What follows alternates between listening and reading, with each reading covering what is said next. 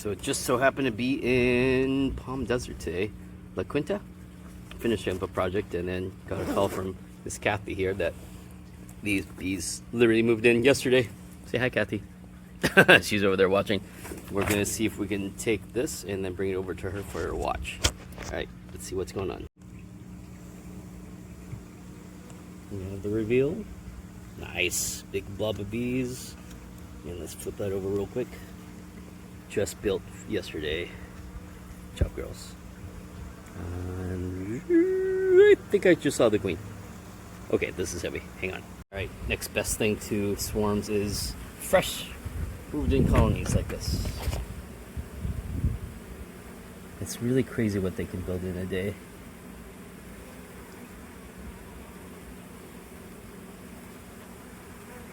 All right, let's see what we can do. Eggs. We have eggs. Tiny grains of rice at the bottom, so definitely legit queen. And they're not moving. Normally if you throw a box in front of them, they start to shift already. But these girls, it's also 107 degrees, so I don't think they feel like moving. Just like I don't really feel like moving either, and that's okay. But boom, there you go. That's the march. Bees don't really like to be well, I guess upside down like this. So hopefully we just trigger the march right there. That's good. Kind of know what I'm doing sometimes.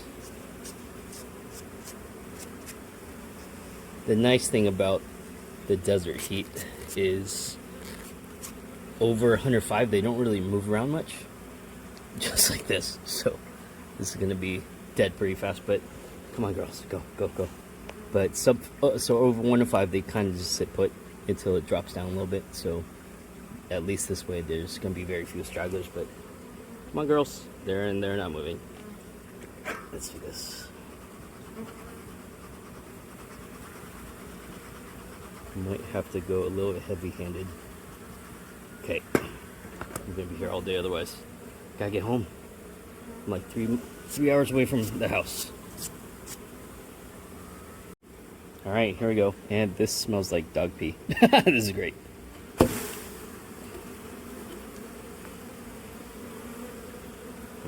Oh, ha! Pot's in the wrong thing. And oh, gross. There we go. That's better. Otherwise, literally, I'll be here all night. At the pace they're moving. I was just checking to make sure the queen wasn't in the lid. Oh, go. Oh, sorry. Back to here. And rough. Go. And these girls just not moving.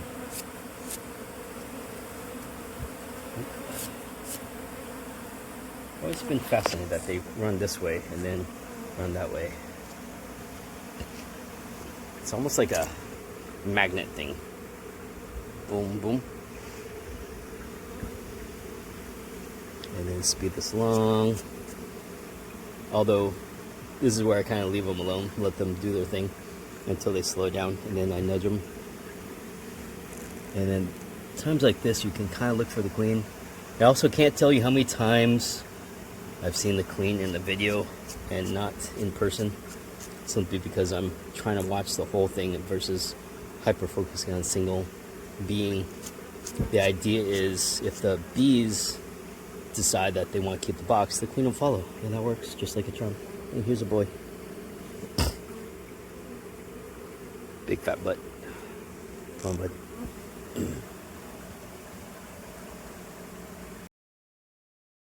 If we do it right, the bees will just stay and we don't have to cage the queen. But if you have to cage the queen, then, well, you're just capturing her, not encouraging her to stick around.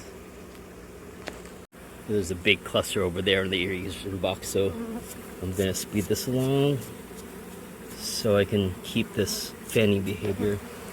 See those bees right there? They're standing still. They're releasing a pheromone that's redirecting the bees into the box. And I want to take advantage of that behavior so that I can get the bees into here as quick as possible so it doesn't take forever. I'm just brushing with the back of my hands, nudging along. You see the queen, cool. If not, that's okay.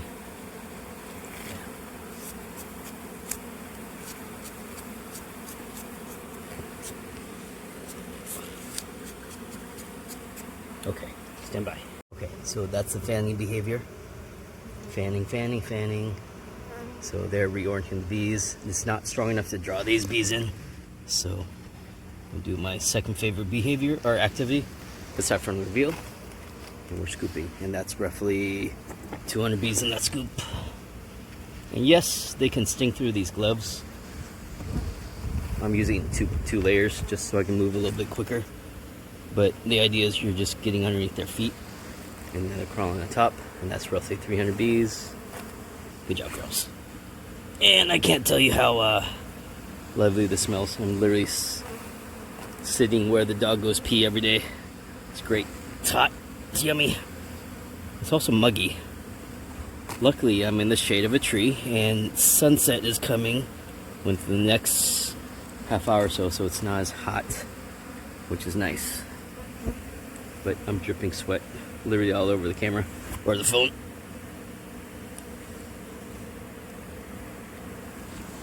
Yeah. Okay. It's probably as much as I scoop. Now we smoke. Get these girls airborne. Alright, so the idea is the smoke we use to calm the bees. In this case, it's a swarm. They're not going to have much defensive tendencies because they're technically in transition between homes. There's not a lot of, basically no honeycomb. That's all there is. That's a bee butt. And so there's nothing for them to protect. There's no babies, no young, no food. So if they got disturbed enough, they just take off, and that's all fine and dandy. So right now I'm just using the smoke to get them to fly, and then they land inside the box. So if you look at it from a side profile, hard to capture on camera, but basically you're going to see them fly, and then they do small little circles, and then they start to land, and then as more land, more of them start to fan, and that perpetuates the whole live removal process, facilitated just by the bees, and they'll literally move themselves. Don't tell anybody. It's also believed that this fanning behavior means the queen's inside, and that's utter horse poop.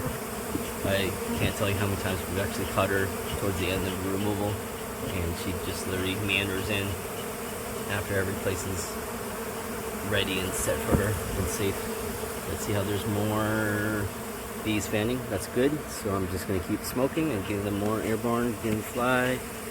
That's okay if they're on top of the box. They're fanning there too. The idea is I need to get them off the wall, off the ground, and then onto the box. And then from the box I can push them into the box. The most important part right now is getting out of this damn irrigation box. There's so many cracks and crevices and holes, and they're actually coming up through this hole, which is from there down below. So that's good. Now, rookie move is if I don't seal that up, bees will just sneak back in here. Alright, that's a wrap. Bees are inside. This is all done. No bees around. Maybe a couple flying around, but sun setting, so this is a perfect time to do removal. Also my favorite project of the day, always, because I don't have to rush anywhere. So, say bye, girls. And we'll find back your beekeeper farmer to adopt them, so we'll see everyone next bee adventure. Thanks, Miss Kathy. Appreciate you saving the bees.